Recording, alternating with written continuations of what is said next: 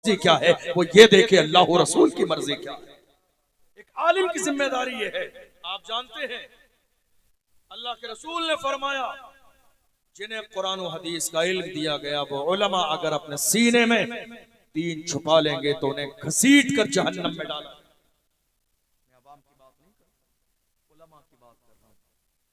बाज आ जाइए ये चटकुले सुनने से, बाज आ जाइए इन तमाशों से, बाज आ जाइए हंसी तफरी मजाक मस्ती करने से। ये महफिल रसूल है, यहाँ इस नियत के साथ आया करें हम हुजूर का पैगाम सुनने जा रहे हैं, अल्लाह के रसूल का पैगाम सुनने जा रहे हैं।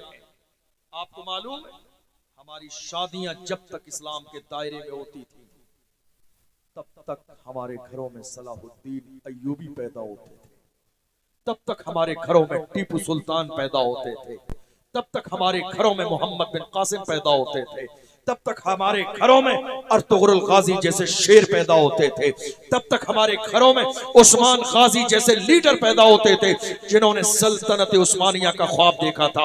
आज हमारे घरों का मयार जब से हुजूर के तरीके से बदल दिया गया है, हमारी कौम में जवान कैसे पैदा हो रही है, इतने बुज़दिल पैदा हो रहे हैं जो जमीन पे कदम रख के चलने के काबिल भी नहीं है।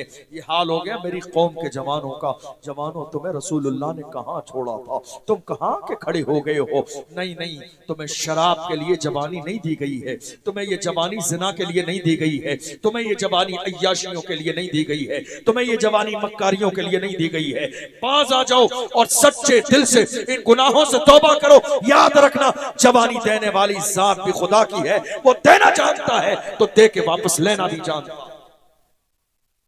मैं आपको बताऊं, मैंने अभी तो मेरा जो सफर है राजस्थान से यहाँ का, ये फ्लाइट का सफर है, लेकिन जब हम राजस्थान में होते हैं 200-400 किलोमीटर का या 500 किलोमीटर का फासले का सफर तो हम कार से करते हैं। 500 किलोमीटर के फासले पर जब जाते हैं, आप यकीन जानिए उस रात में कम से कम 2-4 एक्सीडेंट नजर आते हैं। रोजाना की बात बता रहा हूं। कोई जवान पड़ा हुआ है, सर अलग है, धड़ अलग है, कोई पड़ा हुआ है, पैर अलग है, हाथ अलग है, कोई पड़ा हुआ है जिस्म पूरा कीमे की तरह बन गया है, कोई पड़ा हुआ है घर वाले चादर लेके खड़े हैं उसकी लाश को कीमे की तरह समेटने के लिए। अल्लाह अकबर, यही था ना गुरूर करने वाला, यही जवान था ना इतराने वाला, यही था ना बुराई के रास्ते पे चलने वाला, यही था ना जिना करने वाला, यही था ना शराब पीने वाला, यही था ना रात के अंधेरे में गुनाह करने वाला। जब वालिदैन चिल्लाते थे, डांटते थे तो वालिदैन की शान में गुस्ताखी करता था। वो कहते थे जालिम बाज आजा वरना अल्लाह की पकड़ बहुत सख्त है। अल्लाह का कुरान कहता है इन्ना बत्श रब्बिका लशदीद, खुदा की पकड़ बहुत सख्त है। जब वो माफ करने पे आता है तो कारून जैसे भी इतरा लेते हैं, लेकिन जब पकड़ फरमाने पे आता है तो शद्दाद जैसे को दुनिया में जन्नत बनाने के बाद भी एक लम्हे की मोहलत नहीं देखता है जन्नत देखने के लिए। फरमाता है जन्नत देखना है तो मरना पड़ेगा, इसलिए कि जन्नत और जहन्नम का फैसला करने वाली खुदा की जात है। देखो जाके आप सफर नहीं करते हो, आप तकरीर करने वाले जो उलमा है शोरा से पूछो। हम जब रातों में सफर करते हैं, जाम लगे होते हैं, भीड़ लगी होती है, किसी जवान की लाश पड़ी है, किसी का सर अलग है, धड़ अलग है, हाथ अलग है, पैर अलग है, खानदान वाले सिसक रहे हैं, खानदान वाले बिलक रहे हैं, मां रो रही है, बाप बेहोश पड़ा है, भाई के हवास बाख्ता हो गए हैं, हमारा लाल चला गया, लखते जिगर नूरे नजर चला गया। ए मेरे अजीजों, ये मत सोचो अल्लाह ने हमें जवानी दी है, अभी तो हम जवान हैं, 60-70 साल तक जिंदा रहेंगे, कोई गारंटी नहीं है। किसी समझदार ने कहा था आगाह अपनी मौत से कोई बशर नहीं, सामान 100 बरस का है पल की खबर नहीं। जवानी इसलिए नहीं दी गई है कि हम अय्याशियों की दहलीज पर गुजारें, जवानी इसलिए नहीं दी गई है कि हम वालिदैन की नाफरमानी करें, जवानी इसलिए नहीं दी गई है कि हम माँ को गाली दें, जवानी इसलिए नहीं दी गई है कि बाप से तेज लहजे में बात करें, जवानी इसलिए नहीं दी गई है कि जाके हम हीरोइन यूज करें, बाज़ाब्ता एमडी का नशा ले लें, जवानी इसलिए नहीं दी गई है। अरे बरेली शरीफ के इलाके में रहने वालों, हुजूर ताजुश शरिया से पूछो जवानी किस लिए है। हुजूर ताजुश शरिया फरमाते हैं जिंदगी ये नहीं है किसी के लिए, जिंदगी है नबी की, नबी के के लिए, ना समझ मरते हैं जिंदगी के लिए, जीना मरना है सब कुछ नबी के लिए। नारे तकबीर, नारे रिसालत, नारे गौसियत, मसलके आला हजरत फैजाने औलिया किराम मुफ्ती अशरफ जिलानी साहिब किबला। नारे तकबीर। मालूम है जो हुकूक की जिम्मेदारी आपके सर पर डाली गई थी, वो हुकूक आपने अदा नहीं किए। इस्लाम में 3 चीजें हैं, आपकी एक बेटी या बहन है, एक बीवी है और एक माँ है। मुझे बताओ क्या आपने ये हुकूक अदा किए? आप जानते हो आज कितनी औरतों को तलाक सिर्फ इस बुनियाद पर दी जा रही है कि उनकी नस्ल से बेटी पैदा हो गई। माँ के रहम में जब एक औरत हामिला होती है, पहले दूसरे महीने में एक जालिम दीन से दूर शौहर अपनी बीवी को वार्निंग दे देता है, नहीं मुझे बेटी नहीं बेटा चाहिए।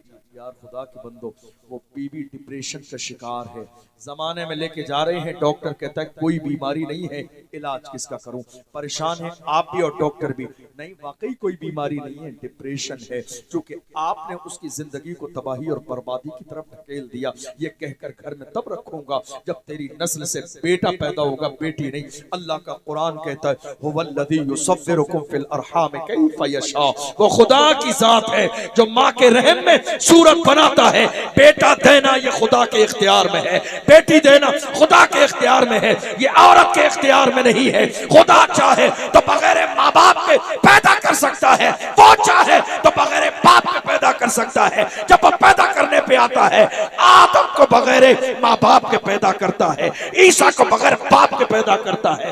नाज करो अपनी किस्मत पर कि खुदा ने तुम्हारे जरिए औलाद पैदा की और इसी की बरकत से माँ के कदमों के नीचे जन्नत रखी, बाप के कदमों के नीचे जन्नत का दरवाजा रखा। वो इन दोनों के बगैर भी पैदा कर सकता है। जुल्म न कीजिए, किसी गरीब की बेटी को सताइए मत। आपको मालूम है आज हमारे यहाँ तलाकें बहुत ज्यादा हो रही हैं, बहुत ज्यादा। और तलाक देने वाला बंदा तलाक देने के बाद किसी मुफ्ती साहब के पास जाके कहता है हजरत कोई रास्ता निकाल दीजिए। याद रखिएगा मुफ्ती साहब रास्ता निकालते नहीं है नया, मुफ्ती साहब 1400 साल पहले रसूलुल्लाह ने जो रास्ता दिखा दिया है वही रास्ता बताते हैं।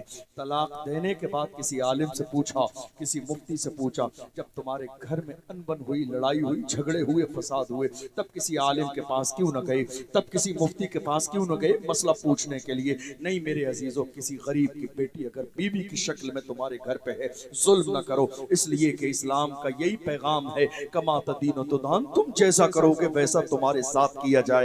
दिन गुजर जाते हैं, वक्त गुजर जाते हैं, थोड़ी देर के लिए इंसान गुरूर कर लेता है, थोड़ी देर के लिए इंसान इतरा लेता है, मगर याद रखना अल्लाह की पकड़ बहुत सख्त है। जिंदगी का एक एक लम्हा लिखा जाता है, नोट किया जाता है। आज आपको मालूम है कौम मुस्लिम के अंदर, मैं ये बात हर जगह बयान करता हूँ और आप भी सुनिए। एक साहब ने कहा था हजरत मेरी बहन को ज़कात दे दूं, बहुत परेशान है। हमने कहा ज़कात नहीं, विरासत में जो हिस्सा है वो दे दीजिए, विरासत में बहन का जो हिस्सा है वो दे दीजिए, ज़कात देने की नौबत नहीं आएगी। आज कितने भाई ऐसे हैं शादी करने के बाद कहते हैं नहीं साहब हमने बहुत भारी शादी की थी, हमने बहन का हक अदा कर दिया। जहेज तोहफा है, विरासत का हिस्सा नहीं है। जहेज तोहफा है, तोहफा, ये विरासत का हिस्सा नहीं है। इसलिए अपनी बहनों को विरासत देने की आदत डालो। ये थोड़ी सी जमीन, ये थोड़े से पैसे, ये थोड़ा सा माल, अगर आज की तारीख में आप बचा भी लोगे तो कोई फायदा नहीं होगा।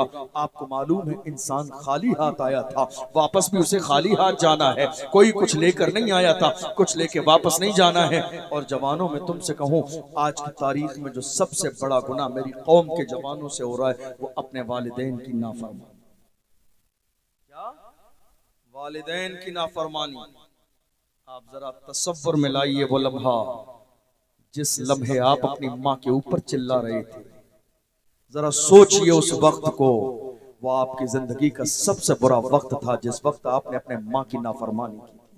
वो आपकी जिंदगी का सबसे बुरा वक्त था, जिस वक्त आपका लहजा अपने माँ और बाप के सामने तल्ख हो गया था।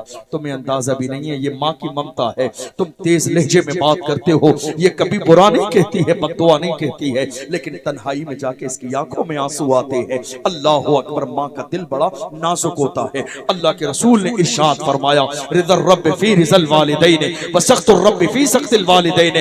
माँ बाप अगर राजी है तो खुदा राजी है, माँ बाप अगर नाराज है तो खुदा नाराज है। अल्लाह अकबर, अंदाजा तो लगाओ हम कहां कहां जा रहे हैं। आज एक इंसान परेशान है, तलाश है उसे कारोबार के लिए, कोई दुआ ताबीज करने वाला मिल जाए, मुझे ताबीज दे दे ताकि कारोबार चलने लगे। ऐ दुनिया के नादान इंसान, याद रख, सबसे बड़ा ताबीज करने वाला तेरे घर में तेरी माँ की शक्ल में एक बूढ़ी बुजुर्ग औरत मौजूद है। तुझे कहीं जाने की जरूरत नहीं है, बूढ़ी माँ के पास चला जा, उसका दामन पकड़ के कह, मेरी माँ जो आज तक मैंने गलती की थी, हाथ जोड़ के तुझसे माफी मांगता हूँ, मेरी माँ मुझे माफ कर दे, और मेरा कारोबार में ये हाल है, परेशानी के दौर से गुजर रहा हो। ऐ मेरी माँ, अगर तू अपना दामन फैला के तहज्जुद की नमाज में मेरे लिए दुआ कर देगी तो अल्लाह मेरी दुनिया को भी बेहतर कर देगा, मेरी आखिरत को भी बेहतर